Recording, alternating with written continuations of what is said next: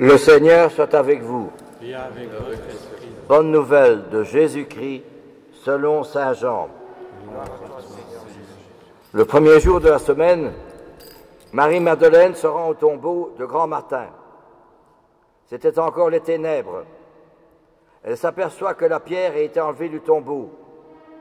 Elle court donc trouver Simon-Pierre et l'autre disciple, celui que Jésus aimait.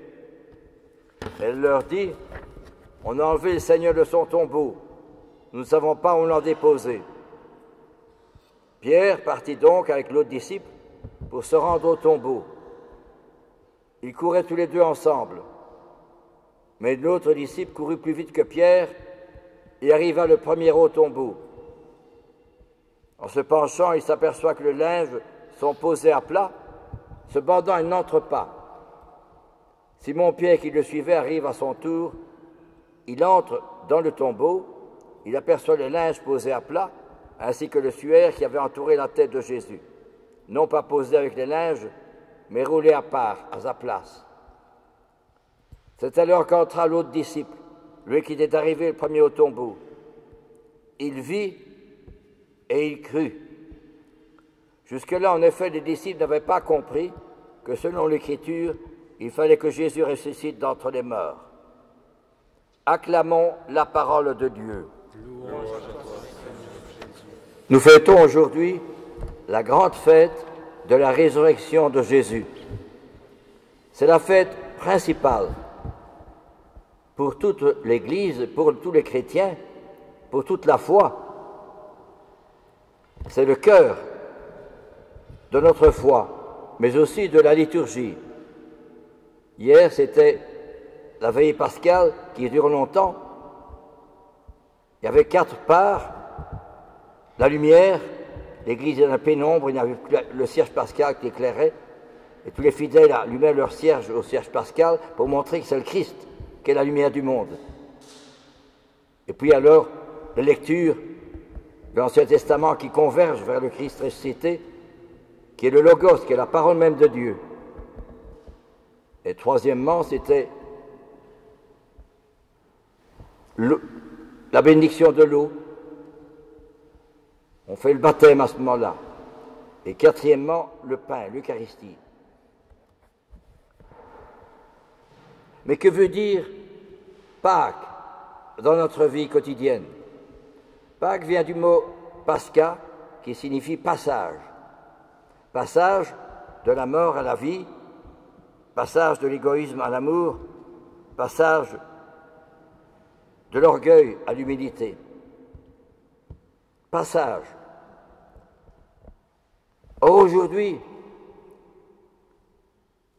Pâques veut dire aussi précisément la victoire du bien sur le mal, de Dieu sur Satan, de l'amour sur l'égoïsme, sur l'orgueil. Et Dieu sait aussi aujourd'hui, il y a encore tant de guerres, de violences dans le monde. Que ce soit à Gaza, que ce soit en Ukraine, que ce soit au Congo. Toutes ces violences et toutes ces familles qui sont obligées de quitter chez elles pour vivre dans des camps. Ce sont des réfugiés, des milliers de réfugiés. Alors on pourrait se dire, mais enfin, qu'est-ce que le Seigneur ne bouge pas pour essayer de remettre un peu d'ordre dans tout ça? Or justement, nous ne pouvons pas séparer la résurrection de la croix. Nous ne pouvons pas séparer et dire que c'est l'œuf de Pâques en chocolat, c'est-à-dire la facilité, le confort, le matériel. J'ai raison, c'est moi le plus fort, l'orgueil, l'égoïsme, l'indifférence. Non, Jésus a lutté contre cela par sa propre vie. Il a dit: celui qui veut venir à moi, qu'il renonce à lui-même, qu'il perde sa croix et qu'il me suive. Ça veut dire retrouver le contraire qui est auprès de Jésus dans la prière que nous pouvons découvrir cela. L'imitation de Jésus dans sa pauvreté, dans son humilité, pensons à Noël, dans son sacrifice, dans son don de soi, dans le renoncement, dans la privation, dans la dureté de la vie. Jésus a connu tout cela et tout disciple. Bien, l'œuf en chocolat, c'est très beau, mais le disciple, lui, doit découvrir au pied de la croix de Jésus toute la vie de Jésus, toutes les paroles de Jésus et l'imitation de Jésus. On ne peut pas connaître Jésus sans l'imiter, sans le vivre, sans prendre exemple sur lui, c'est-à-dire dans l'imiter, dans sa pauvreté, son humilité, son sacrifice, son don de soi, son rejet, ses mépris, tout ce que Jésus a souffert. Ça, c'est vraiment un disciple de Jésus. Parce que dans la prière, Jésus me demande, et il dit « j'ai soif ». Ça veut dire qu'il a soif d'apôtre.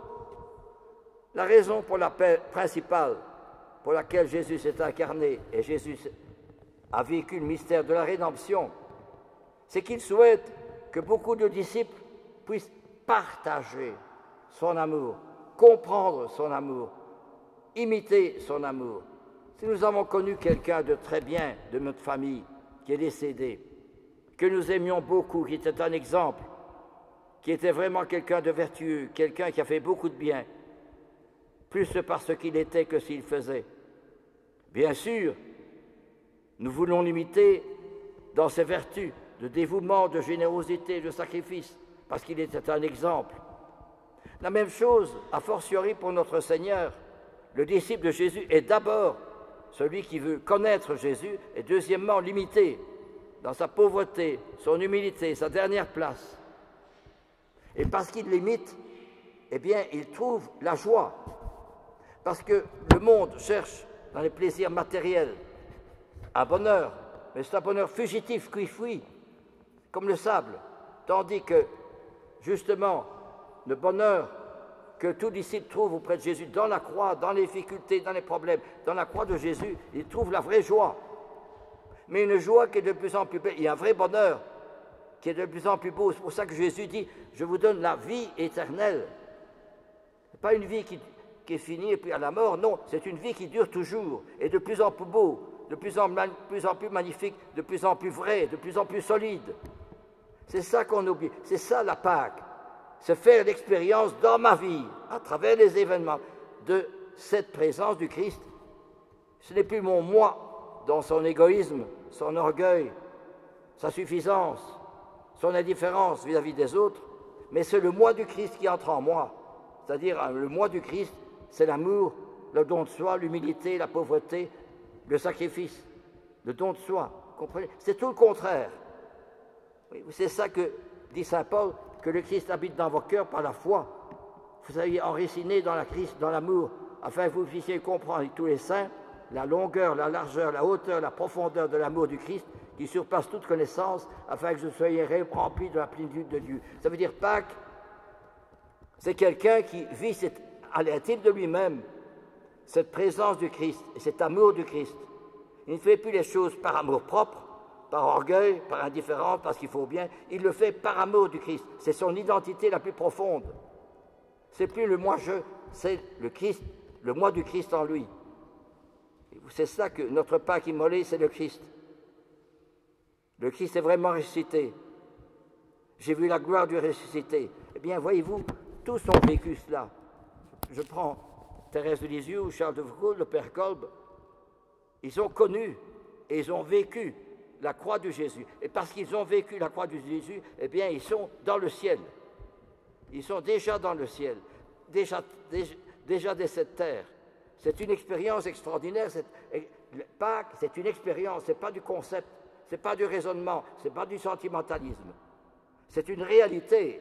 C'est quelqu'un qui m'empoigne dans une vie qui est tout à fait différente de celle du monde. Je ne peux pas m'expliquer à moi-même qui je suis, ni ce que je fais à partir du monde. Je ne peux le faire qu'à partir du Christ. Et pour ça, il faut que je prenne le temps de prier. Et c'est dans la prière que je trouve ma véritable identité et ma véritable raison pour laquelle je fais tout cela. Voyez-vous, c'est cela qui est important. Il y a une transformation intérieure. Pâques, c'est ça que ça veut dire. Je suis transformé par l'amour de Christ. Ce n'est plus mon moi, avec mon orgueil, mon égoïsme, mais c'est son moi, à lui, qui me transforme. Et qui fait en sorte que, dans l'amour conjugal, s'il y a tant de ménages qui se marient, maintenant on se marie plus, on se met ensemble, et puis ça casse, mais de toute façon, on souffre d'être brisé, d'être cassé. Pourquoi? Parce qu'on ne vit plus avec l'amour du Christ, on vit avec son amour à soi. Mon égoïsme, mon orgueil, j'ai raison, c'est moi le plus fort. C'est évident que ça ne peut pas aller. Tandis qu'avec l'amour de Jésus, c'est un amour don de soi, générosité, sacrifice. Alors oui, c'est un amour qui donne la vérité de l'amour, la vérité de l'homme, la vérité de l'amour conjugal. C'est ça qu'on a oublié. Et si, précisément, dans les foyers, vous pouvez retrouver cet amour-là, grâce à la prière le soir, la prière, avoir un coin de prière chez soi, où on prie avec ceux avec lesquels on vit, prier, dire le chapelet, prier, méditer l'évangile, méditer le Christ. Alors Jésus a soif, vous m'entendez bien, a soif, pour ça qu'il s'est incarné, il nous a rachetés. Il a soif. Quelqu'un qui a soif, vous allez donner à boire. Eh bien, Jésus a soif, il le dit à la Samaritaine, donne-moi à boire. C'était l'amour de sa pauvre créature que Jésus demande. C'est notre amour à nous. Il a soif de notre amour. Alors justement, c'est précisément en me laissant transformer, pénétrer, illuminer, transfigurer par cet amour du Christ que je deviens un autre Christ, que je deviens une autre personne. C'est ce que dit saint Paul, l'homme ancien et l'homme nouveau. L'homme nouveau, c'est-à-dire je suis pénétré du Christ. Je suis un homme nouveau, c'est-à-dire c'est plus mon amour à moi, c'est son amour à lui. Alors je brûle, où que je sois, quoi que je fasse, même dans le silence, je ne dis rien, mais je brûle. Pourquoi? Parce que tout ce que je fais, chaque action faite, est faite par amour de Jésus. Et c'est l'amour qui me fait grandir, c'est l'amour qui me donne la vraie vie, c'est l'amour qui me donne la victoire sur le mal, sur la méchanceté, sur l'orgueil de l'homme et l'indifférence. Amen, alléluia.